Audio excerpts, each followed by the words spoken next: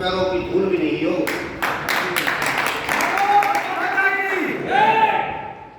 क्यों नहीं हो? ताली बजवाने के लिए मैं नहीं बोला, बजाइए, आप उस स्वागत करो। क्यों नहीं हो? क्योंकि सावरकर ने पहले दिन से कहा था कि मुसलमान साथ आते हैं तो साथ लेकर के आजादी लेंगे, साथ नहीं आते हैं तो उनके बिना आजादी लेंगे, लेकिन आजादी लेकर के रहेंगे। और ये कहता रहे थे तुम भी आ जाओ, तुम्हारे बिना आजादी नहीं लेंगे। इतना तरीका था कुश्ती का, पहले दिन से आरंभ हो गया। इसलिए खिलाफत आंदोलन चलाया गया। खिलाफत आंदोलन में 25,000 हिंदुओं को मरवा दिया। मित्रों, देशभक्त साथियों, उस समय ये जो ओवैसी है, इसकी पार्टी के जो लोग उस समय हुआ करते थे,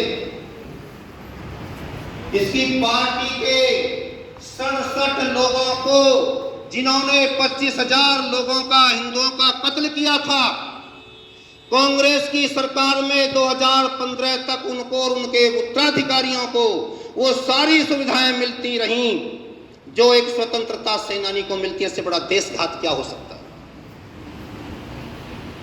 मोदी सरकार ने छटनी करवाई कि जो मोकला कांड के अपराधी हैं उनको अलग कीजिए, उनसे वो सारी बातें छीनी गई। ये हमको पाठ पढ़ाते हैं। तो ये इस प्रकार की घटनाएं देश में हुई तब गांधी जी ने अफगानिस्तान के अमीर के लिए पत्र लिखा।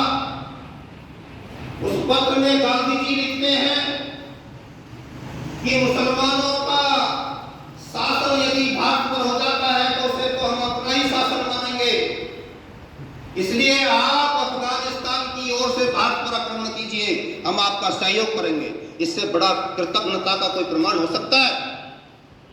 तो गांधी से गांधी तक मैंने संपादकीय लिखा।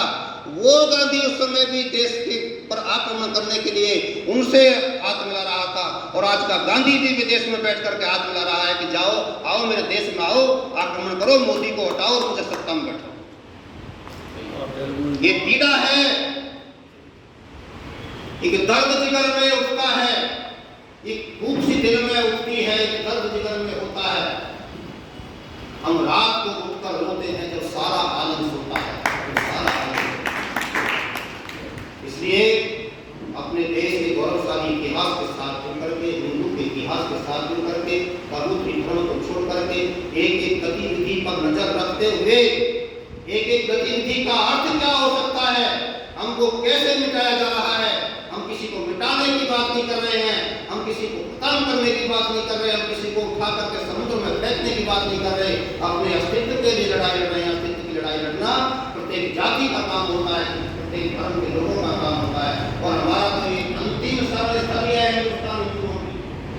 यदि अंतिम शरण स्थली से भी निकल गए तो फिर कहीं कभी मोक्ष आप लोगों के लिए नहीं है। इसलिए गौरवशाली इतिहास की इस परंपरा को पुनर्लेखन के माध्यम से जो कार्य हम कर रहे हैं, आपका आशीर्वाद देने के लिए यहाँ पर आया था। आपका आशीर्वाद कार्यों के माध्यम से सहयोग जो मिला,